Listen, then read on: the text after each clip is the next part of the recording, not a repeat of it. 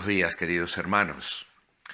Comenzamos una nueva semana y lo hacemos de una manera especial. Ayer, por temas de enfermos de COVID en medio de la congregación de Revive, nos vimos forzados a suspender el culto como habitualmente lo realizamos. Gracias al Señor, un grupo de hermanos estuvo trabajando todo el día para que por la noche pudiésemos disfrutar un tiempo de comunión a través de estos medios con los que el Señor nos permite estar en contacto, aún en la distancia, y disfrutar así de las alabanzas, de la presencia del Señor y de este tercer salmo que esta semana vamos a estar considerando. Ayer Roberto nos introdujo al Salmo 34, un salmo catalogado como un salmo de gratitud. Hay quienes también hablan de un salmo de alabanza o un salmo de confianza. Hay que hilar muy fino para poder distinguir, pero ciertamente aquí vemos a David en una expresión agradecida, mirando hacia una experiencia pasada, fruto de su falta de fe, como nos explicaba ayer Roberto. Hay momentos en la vida donde tomamos decisiones equivocadas. Las pruebas vienen sobre nosotros y tendemos a olvidarnos de Dios. Y ya comenzamos a creer que las promesas de Dios no se van a cumplir realmente en nuestra vida. Y las amenazas de nuestros enemigos o de las circunstancias echan una sombra sobre nuestra fe y nuestra perspectiva, de modo tal que comenzamos a tomar decisión tras decisión sin detenernos a buscar el rostro del Señor, consultar con Él y esperar que Él dé la salida. David va buscando sus propias salidas y así llega hasta los sacerdotes en Nob y obtiene la espada de Goliat, algo del pan de la proposición. Luego todas estas cosas serán una fuente de bendición, porque más tarde en los evangelios el mismo Señor habrá de tomar el ejemplo de David y sus hombres comiendo y sirviéndose de ese pan que estaba reservado solo para los sacerdotes. De todas maneras, las consecuencias de este acto de David habrían de ser absolutamente trágicas para el sacerdote y toda la familia sacerdotal a causa de la necedad y la locura del rey Saúl, que por causa de ayudar a David decidió llevarles a la muerte. David sigue adelante y huye y se mete en la boca del lobo, va a los filisteos y allí su vida comienza a correr peligro. Y se nos hace difícil pensar en David fingiéndose loco, dejando correr la baba por su barba, escribiendo cosas en las paredes, de modo tal que el jefe de los filisteos decide echarlo. Y entonces, en esa manera, él salva su vida. Va al desierto, va a la cueva, allí se encuentra más tarde con sus familiares, se encuentra con amargados de espíritu que comienzan a unirse a él y comienza allí a conformar un ejército. Y es aquí cuando David de pronto está mirando hacia atrás, hacia esta experiencia, fruto de su falta de fe, fruto de su necedad, fruto de sus malas decisiones, pero levanta la mirada al Señor y descubre la gracia y la misericordia que le guardó aún en medio de sus malas decisiones. ¿Cuánto nos ama el Señor? Cuánta es su gracia y su misericordia. Y yo estoy seguro que cada uno de nosotros podemos también echar una mirada atrás en nuestra vida y ver cuántas metiduras de pata hubo en nuestra experiencia personal. Fruto de la inexperiencia, fruto del arrebatamiento, fruto de la reacción. Dejamos de confiar y de mirar al Señor. Y el Señor a veces permite que ciertas consecuencias de esas malas decisiones dejen huellas y heridas en nuestro corazón. Eso no lo va a cambiar nadie, pero también Dios usa esas situaciones para enseñarnos lecciones que nos hacen madurar y que nos hacen mirar la vida desde otra perspectiva y que nos hacen levantar nuestros ojos y ponerlos en el Señor. En esta mañana tenemos un hermoso comentario aquí titulado La belleza del corazón agradecido. Y yo espero que lo podáis leer con detenimiento, que lo disfrutéis, porque aquí hay algunas cosas muy interesantes para reflexionar. La pregunta de meditación es, ¿tienes un corazón que alaba constantemente al Señor o vives en medio de la queja y el lamento? Lamentablemente hay cristianos que a veces se enfocan en sus problemas, en sus situaciones difíciles y no pueden ver al Señor bendiciéndoles y obrando y ni confían en Él realmente para permitirle a Él intervenir y dar la liberación que tanto necesitan. Puedes dar gracias a Dios en todo momento o siempre hay un pero en tus oraciones. Qué triste es que pueda ser esto parte de la experiencia personal de un cristiano. Ahora, yo quiero hoy hacer un rápido repaso por el Salmo 34. Perdonad que no estoy del todo bien con mi salud, yo no tengo COVID, pero sí algún miembro muy cercano de mi familia. Y bueno, gracias a Dios, de una manera muy leve. Estamos cuidándonos mucho y agradecidos también a las oraciones de tantos hermanos que nos están haciendo llegar sus saludos, su cariño y su intercesión ante el trono de la gracia a nuestro favor. Ahora bien, el Salmo 34 dice, bendeciré al Señor en todo tiempo. Su alabanza estará de continuo en mi boca.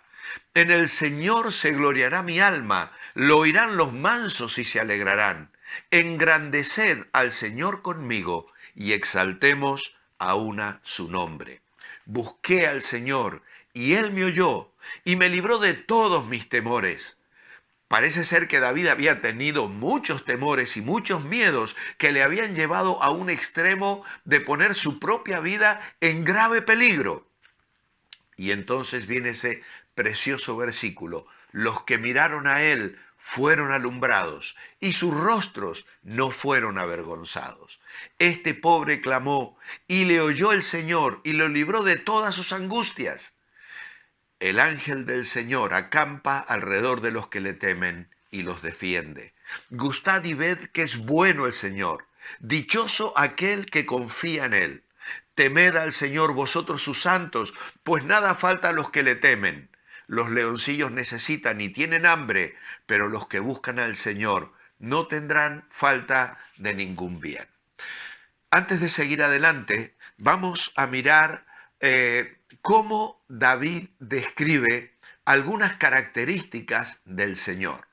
La primera de ellas la quiero mencionar en el verso 7. Luego de la gran introducción de dar las razones por las cuales él estaba agradecido, por lo cual su alma se gloriaba y por lo cual invitaba a sus amigos espirituales, a los mansos, a que se alegraran con él y les decía, engrandeced al Señor conmigo y exaltemos aún a su nombre. Hermanos, hay situaciones en la vida que no nos podemos guardar para nosotros solos, que las tenemos que compartir. Tenemos que hacer parte de la liberación del Señor, de cómo hemos gustado su benignidad, cómo hemos experimentado su gracia y su misericordia en nuestra vida. Y esto sin duda bendice a aquellos que están a nuestro alrededor. Y a partir de allí, el versículo 7 en adelante, David comienza a enumerar ciertas cosas acerca del Señor. En primer lugar, el verso 7, el ángel del Señor. Acampa alrededor de los que le temen y los defiende. Gustad y ved que es bueno el Señor. Dichoso aquel que confía en él. Estoy seguro que David estaría pensando en este momento, si yo hubiese confiado en él, me podría haber evitado estas tristes y trágicas experiencias que tuve que vivir. Pero de una cosa puedo dar testimonio, y es que el ángel del Señor acampa alrededor de los que le temen. Luego el verso 9 habla del temor del Señor. Temed al Señor vosotros sus santos. Y luego el verso 8, venid hijos, 11, venid hijos, oídme, el temor del Señor os enseñaré. Ayer mencionábamos en el culto los últimos versículos del Salmo 68 que dice que Dios envía fuerza a su pueblo desde el santuario. Y cuando vivimos en el temor del Señor y cada decisión que tomamos en nuestra vida la hacemos en tu temor, en su temor, viviendo en santidad, pues entonces habrá bendición. Versículo 15. Los ojos del Señor están sobre los justos y atentos sus oídos al clamor de ellos. Qué tierna seguridad trae esto a nuestro corazón. Los ojos del Señor nos miran, nos acompañan, observan la situación que enfrentamos cada uno de nosotros y cada día. Luego tenemos en el verso 16 la ira del Señor. Dice, está contra los que hacen mal para eliminar de la tierra la memoria de ellos. Esto afirma nuestra confianza en que un día veremos la victoria final y el mal desaparecerá para siempre y Dios intervendrá en justicia en medio de tantas injusticias que hoy el mundo tiene que sufrir. El verso 17 nos habla del oído del Señor. Claman los justos y el Señor oye y los libra de todas sus angustias. Qué preciosa declaración, qué preciosa promesa. Querido hermano, amigo, estás angustiado en este momento. Te garantizo que Dios oye tus plegarias, porque aquí la promesa es cierta. Los justos claman y el Señor oye y los libra de sus angustias. La cercanía del Señor. Versículo 18. Cercano está el Señor a los quebrantados de corazón y salva a los de espíritu abatido. La cercanía del Señor. Él está con nosotros. Él nos ama. Él nos acompaña. Pablo diría en Romanos 8, nada nos puede separar del amor de Dios en Cristo Jesús, Señor nuestro. La cercanía del Señor. Y finalmente, la redención del Señor.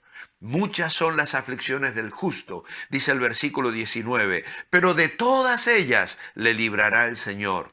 Él guarda todos sus huesos, ni uno de ellos será quebrado. Cita que luego se aplica al Señor Jesucristo en la cruz del Calvario. Él fue el justo que fue a la cruz por los injustos. Y había que cumplir la palabra literalmente, tal cual estaba escrita. Y esta es una de las profecías mesiánicas que se cumplió cuando aquellos guardias romanos quebraron las piernas de los dos reos que colgaban en cruces junto a Jesús.